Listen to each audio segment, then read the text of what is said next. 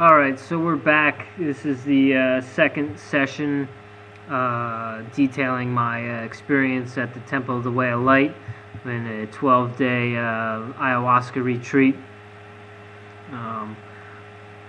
I've finished up the first session talking about, some career moves on the future, and dealing with kind of letting go in this chapter of my life with my career in coaching. Those first two sessions of the Trinity was, kind of dealt with, my purpose, being here, moving forward, where I should go. Should I stay here in Southern California? Should I relocate somewhere else, or should I return to the homeland of New Jersey, where I could be, with my friends and family, around more familiar surroundings or settings. So yeah, that's kind of where I was. That first, again, the visions kind of were always the same outside of that second session, just kind of peaceful hallucinations, I guess you would say. Still kind of hallucinations like I had never experienced. So it took me, 3 or 4 sessions to actually get comfortable with those visions, and then also be able to be in my head and kind of work on my intentions.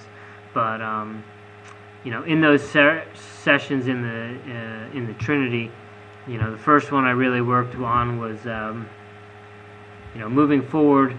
If I were to continue to run a gym, how would I do it? I kind of outlined some of the things that I would change if I was going to stick around. Schedule changes, switching from a group class to more of a one-on-one basis, personal training, a little bit more lucrative, a little bit more financial stability. So I kind of just worked through those things, and what I kept coming back to was that I didn't find coaching. Coaching kind of found me way back when in 1998. When I first got involved with coaching, it wasn't one of those things where I saw an ad for a coaching position and decided to jump at it and looked at it as something that I wanted to do. When I got into coaching, I was actually on my way to go work out, and a friend of mine asked me what I was doing, and I told him, hey, I'm going to work out, do my thing. And that's what I had every intention of doing after work every day, was to just go do my thing, go train, go surf, enjoy life. And somehow along the way I got asked to be involved with coaching, and didn't really think much of it at the time. It was like, oh, well, I guess it could be an opportunity to possibly make some more money or whatnot. And boom, coaching career was off and running in 1998. It's brought me a lot of joy. I've had a lot of success. There are times when I have things in line that I really do enjoy it, but at the same time, you're depending on other people to do things, and you have expectations, and a lot of times people fall short of those expectations. I'm not saying I don't ever fall short of people's expectations or my own expectations, but I like to think that when I say I'm going to do something, I carry through on it, and I make sure that it happens. And if I don't, I like to think that I man up and take responsibility and ownership for why that didn't come to fruition. And I find that a lot of times it's not always the case, and I've just kind of come to the conclusion that at the end of the day, I don't really want to be impacted by other people's lack of ownership or lack of responsibility or lack of motivation. I'm a very self-motivated person. I'm very driven. I have goals. I know what it takes to accomplish those goals, and I just get very frustrated by a lot of aspects of coaching So although I worked on a lot of things of how I would try to move forward with my business in session 3, in session 4 I really worked on some ideas and some things that some other career ideas, some avenues that I would like to pursue moving forward.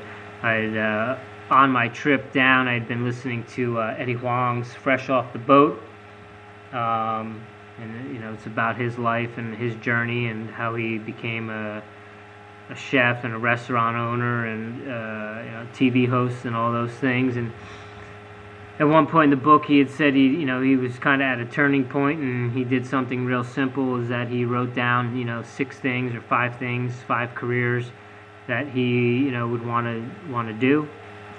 2 of those would be professional athletes, so those were wiped out right away. And one of those other ones was own a restaurant. So I kind of took that into my thought process going into the 4th session, and just kind of was thinking about things that interest me outside of training, outside of running, outside of working out, and things that I might be interested in doing, in making a career out of. So that 4th session was really what my intention was, and what I worked on was some sort of alternate career path moving forward from here. If I were or am to walk away from coaching, what would I want to do? And in my adult life I was a teacher, and then when I walked away from teaching I got into coaching, so that's kind of all I've really known my entire life in terms of career. So anything that I would do moving forward outside of those 2 realms, I'd need to either work my way into those fields or go back to school of some sort and try to learn a trade or seek a new profession. So kind of dealt with thinking about those things and where am I going to go, what am I going to do. So I have those lists of things that things that interest me, and now it's just a matter of experimenting a little bit, trying some things out, and again, continuing to have goals and continue to work towards those goals, and continuing to strive and to move forward. Be motivated.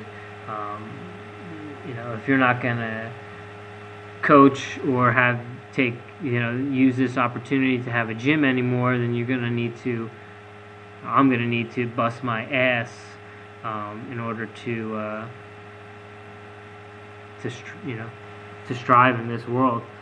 So that's kind of what I dealt with in that 4th ceremony, was just working on things that I enjoy outside of running, things that I enjoy outside of training, and things that I would want to do other than coaching. So I have a whole list of things. I'm not going to get too much into those things now because they're personal, and I'm still working on them, and I don't want to share any of those things until I explore some of those avenues a little bit more. But I've got my work cut out for me, and I've never been one to shy away from that sort of stuff. So, I'm looking forward to those things moving forward. Going into the 5th session, again, I was not having any of those profound visions that you hear about. And was kind of not second guessing it, but just wondering. I had heard that for some people they don't have profound visions, or some of the people I talked to, it seemed like they were having similar experiences. There were some people in the group that were just having some crazy ayahuasca visions, kind of like the ones you hear from Aubrey Marcus, or from Nick, who used to be on London Real. These people that are having visions of former lives, and flying with dragons and swimming with sharks, and finding their animal spirits, all these things, and kind of feeling like, man, I wish I could have one of those experiences. So heading into the 5th ceremony, I had high hopes that things were going to click, but really that 5th ceremony was one that kind of, by the end of it, I was kind of over the experience. I didn't have any profound visions in that 5th ceremony, and again, the vomiting and the purging that was going on around me, and even in this 5th ceremony, there was some pretty loud crying going on too that was just maddening, and then all of the different sounds of the different Icaros that were going on at the same time. It was very distracting, somewhat maddening. I wasn't able to really focus, and really the only thing that I could focus on in that 5th ceremony was that, and this may sound crazy, but the only thing that I was really focusing on in that 5th ceremony was the fact that I had walked into a cult. That's the only thing that I could really focus on. You have all these people, 21 people, laying in a dark room, all laying in a mat in a circle. There's these shaman that are there, but they're working for, an Englishman who owns the temple. He's a very wealthy person. He wasn't even at the retreat. He was out. He was in California at the MAPS conference. But I'm thinking, here's this guy who's making, hundreds of thousands, if not millions of dollars off of these people coming in for this experience, and he's nowhere to be found. And then on top of that, they're, asking for donations, and you have, these other workers that are kept separate from, a lot of the people at the retreat. I just had this thing in my head. I don't know how else to explain it, but I just kept thinking, this is a cult, this is a cult. I can't believe I'm in this. I'm at a cult. And I'm not saying that is the case by any stretch of the imagination, but at the time, that's all I could view it as or interpret it as, is that this is just some crazy cult, and they're exploiting these, local people, these local shaman who are probably not getting paid all that much, and these people, these, white people are making a shit ton of money. And at that point, I was kind of over the experience. I didn't want to do the last 2 sessions. I had had enough. Although I wasn't getting sick or vomiting, at least I was always feeling nauseous, and always the next day, constantly going to the bathroom with diarrhea. And I wasn't getting, at least at the time, I wasn't getting what I thought I wanted or should be getting from this experience. And I was over it. I didn't want to go into that maloka anymore. I didn't want to have to listen to people puke for 5 hours. I didn't want to have to listen to people crying hysterically. I didn't want to listen to 6 different shaman. I was kind of over the experience. It wasn't really what I thought I was getting myself into, or wasn't what I was looking for, trying to partake in an ayahuasca ceremony. So I left the 5th ceremony feeling, a little bummed out by the whole experience. But after reviewing and talking with the other people in the group, it seemed that there were other people that were, at least feeling somewhat similar to how I was feeling, with the purging going on around them, with people crying, with the different Icaros. It seemed like it was, a common consensus that there were other people kind of going through some of the same issues or working through the same issues that I were. So that made me feel better. It made me feel like I wasn't being a negative person about it, that other people were feeling the same way, and it just wasn't me. And that kind of picked me up a little bit, made me feel a little bit better about the last 2 sessions.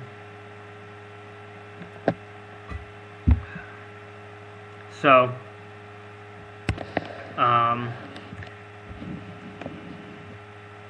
but with 2 sessions to go, I started to kind of get a little more introverted. I started to kind of shy away from hanging out too long in the dining hall or talking too much with people. Although I was willing to partake in the last 2 sessions, I was kind of looking forward to getting out of there, I guess you could say. Again, I hadn't had those profound visions, or I had these questions that I wanted answered, and they just weren't getting answered. And it really wasn't until that 7th session that I had a pretty profound experience. And although my intentions were pretty simple, my intentions, I was able to work on them, and I was able to work through some things. And coming out of that last session, I don't know, it was almost like a switch had been flipped, and that I had all of a sudden, basically overnight came out of the funk that I was in, and felt 100 times better after the 7th ceremony that I had felt all week. And even though my intentions were pretty simple, in terms of all I was looking for was clarity and presence, and I got both of those, and in getting clarity and getting presence, I was able to kind of work through my other intentions outside of the ceremony. And one of the things that I was really concerned with, or one of the things that I really wanted to work on heading down there, was I was really just trying to make a decision as to what I want to do moving forward with my life. And I think I had the intentions of going down there, and that ayahuasca was just going to tell me what to do. And I realized that after the 7th ceremony that no one's going to tell you what to do. No one's going to make your decision for you. And if you're in a situation where people are making decisions for you, you're either in prison or you're not a grown-up. But outside of those 2 things, you need to be making your own decisions. And no person or no plant is going to make the decisions for you. And I think what I was kind of looking for was ayahuasca to tell me what to do, and then I would just follow that decision, and for whatever reason that would make me happy, because someone else had told me to do that, or something had told me to do that, and that's just not what ayahuasca does. And that's the one thing I realize, is that I just need to make the decision for myself. And once the decision is made, then there's no falling back on it, and you go forward from there. And once you get to that destination, if that situation isn't what you were looking for, or what you were hoping for, or what you wanted, then you got to move on and make another decision. That's what life is. And one of the other things I had was, what's the purpose of life? And the purpose of life, and I spoke with my brother about this after his iboga sessions, and the purpose of life is to live. And back when I talked to him in December, I just couldn't wrap my head around what that really meant. Like, I couldn't comprehend that. And now I understand what he was talking about. I understand what it means, and the purpose of life is to live, and you got to make yourself happy. If you're doing something that's not making you happy, then you need to change that. You need to make a decision to correct that, and to go down a different path. And unfortunately, not everyone may be pleased with your decision, but at the end of the day, as long as you're not purposely trying to have a negative impact on someone, you can't worry about what people or how people feel about your decision, or how that decision is going to impact them. you have to make that decision and what's in your best interest. And people will have to live with that decision, because it's, at the end of the day, it's your life, and you've got to do the things that are going to make you happy, even if other people might not be happy with that. And again, this is all under the guise that you're doing something that you're not purposely trying to have a negative impact, or you're not trying to be hurtful. You're just making a decision that's for the betterment of your life. And once you make that decision, you just make it and go forward from there. And you can't look back, and you can't second guess. And you got to follow your heart, and you got to follow your vibe. And as we say, in vibes we trust. You just got to go with it and make yourself happy. And that was one of the things that I got out of that. Was that you've got to do what's going to make you happy. And it's a very short time that we're here, and you can choose to be miserable, or you can choose to change that and make yourself happy. And so coming out of that 7th session, I definitely noticed a turnaround in my mood and my behavior with the group, and just how I feel moving forward. I've been much more present since that day. I've been much more present since returning. I feel good.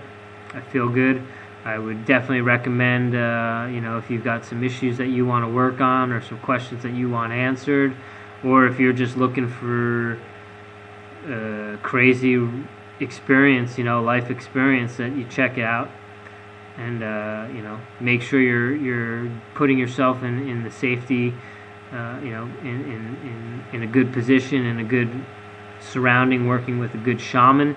There are some stories out there of some bad things happening, but I would definitely would, and definitely am looking to partake in this again. There's definitely, the groundwork was laid, but there's more stuff that needs to go on, and more things that I want to do. So I would definitely partake in it again. It's coming back, I have slipped up a little bit with the diet. There is a very strict regimented diet that goes along with ayahuasca, in terms of no pork, no dairy, no sex, no caffeine, no sugar, no salt. There's a lot of restrictions with that, and I did that for over a month, and they want you to do it on the back side of it as well. But it was tough coming back, and I kind of slipped up a little bit. But now that I am a week removed from it, I'm trying to get myself back in order with some of the diet restrictions. Not that I had a poor diet by any means leading into that before I started. I choose to eat a fairly clean diet as is. But at the same time, I slipped up a little bit, enjoying some of the finer things in life, and some sweets and some caffeine here or there. Still been pretty good. No pork, no red meat. So that is it. I mean, there's a lot to talk about. I have a lot of stuff written down, but that's kind of just a brief overview. I know I'm leaving some stuff out. Overall, like I said, it was an amazing experience. I met some pretty unbelievable people that I hope over time you still stay connected to. It was very refreshing to go down and be able to hang out with people that come from all walks of life, but have a lot of things in common. You find that the similar people are drawn to this sort of stuff. It's they say that ayahuasca finds you, but it was a lot of people down there talking about the same things, reading the same books, watching the same documentaries, just having the same things in common, listening to the same podcasts. It was great to get away and just unplug from the world. It's like another planet going down there. I look forward to getting back down there and spending some more time down there. I have some plans moving forward to possibly spend a month or two abroad in 2014, and that's really the main goal right now, is to make sure that I have the ability to make that happen in moving into 2014. So, a lot of things still up in the air in terms of career paths, but I do know that I do want to spend some time abroad next winter in 2014. So, yeah, that's about it. If you have any questions, send them to stopmeproject.com. Hopefully, we'll be presenting some more podcasts a little bit more frequently. Sorry for the layoff. I do have another one coming up about the Ragnar Relay that I took part in over this weekend. So I'll have that one up there. Also, hopefully, we'll be having a road trip podcast session here within the next month or two. And then hopefully we'll be a little bit more connected and be able to provide these on a little bit more frequent basis. We'll have the technology updated, and it'll be a little bit better for everyone. So stay tuned for some more stuff coming from the Stop Me Project. If you guys have any questions, please send them to stopmeproject.com. Anything that you want to see, anything you want us to talk about, let us know. Let us know what you think. And be sure to check out runningwad.com for all your latest and greatest running workouts, strength and conditioning workouts. If you're a health-minded person, go to strongerfasterhealthier.com. Most potent omega-3 oil on the market, 5 flavors. It's the bomb. If you buy anything off the website, use the code STOPME, all capital letters, and you'll receive 10% off your order. They also have protein powders. They have a couple different formulas out there. So check that out. And remember, it's stopme.com. We'll get you 10% off at checkout. And thanks for checking it out. We'll see you soon. Much love, positive vibes, in vibe we trust. And remember, the only thing that's stopping you from doing the things you want to do is you. So do what you love, follow your vibe, and you won't be stopped. Peace.